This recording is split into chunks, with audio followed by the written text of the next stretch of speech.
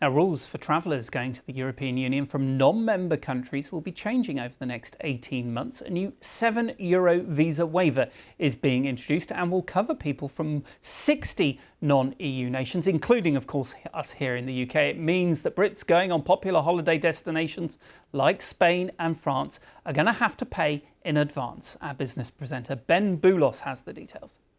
There are two main changes coming in. The first is an electronic entry and exit system.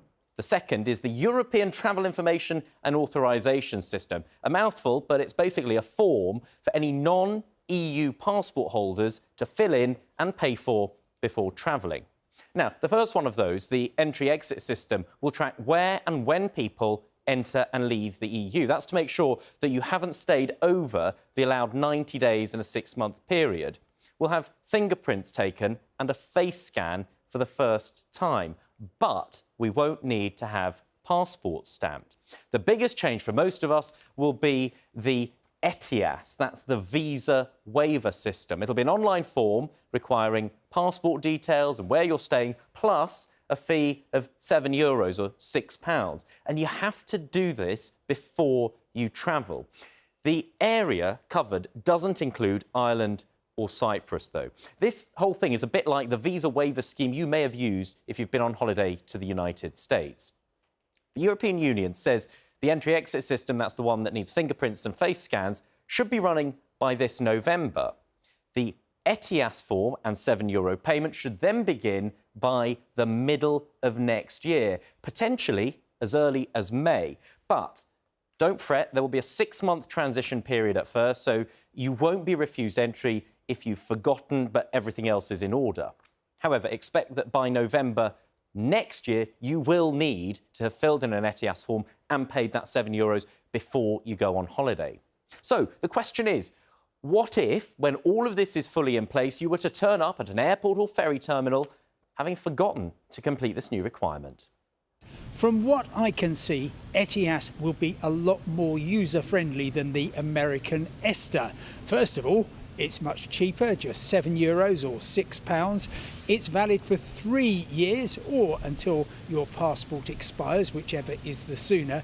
And crucially, the expectation is that the vast majority of holidaymakers will get an ETIAS issued within minutes of putting in the online application. So if you forget and you turn up at the airport and you've only got a couple of hours before your flight, it probably won't be too late.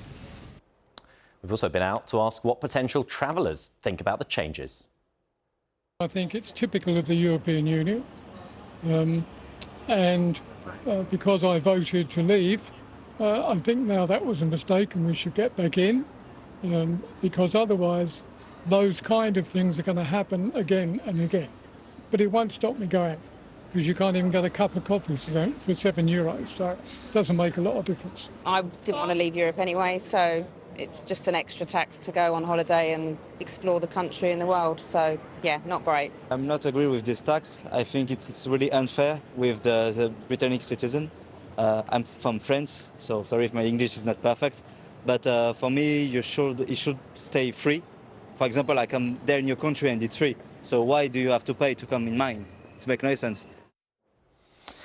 Of course, the remaining specific dates still need to be confirmed by the European Union, but these changes are worth bearing in mind if you're planning a holiday next summer or perhaps a ski trip the following winter, so 2025.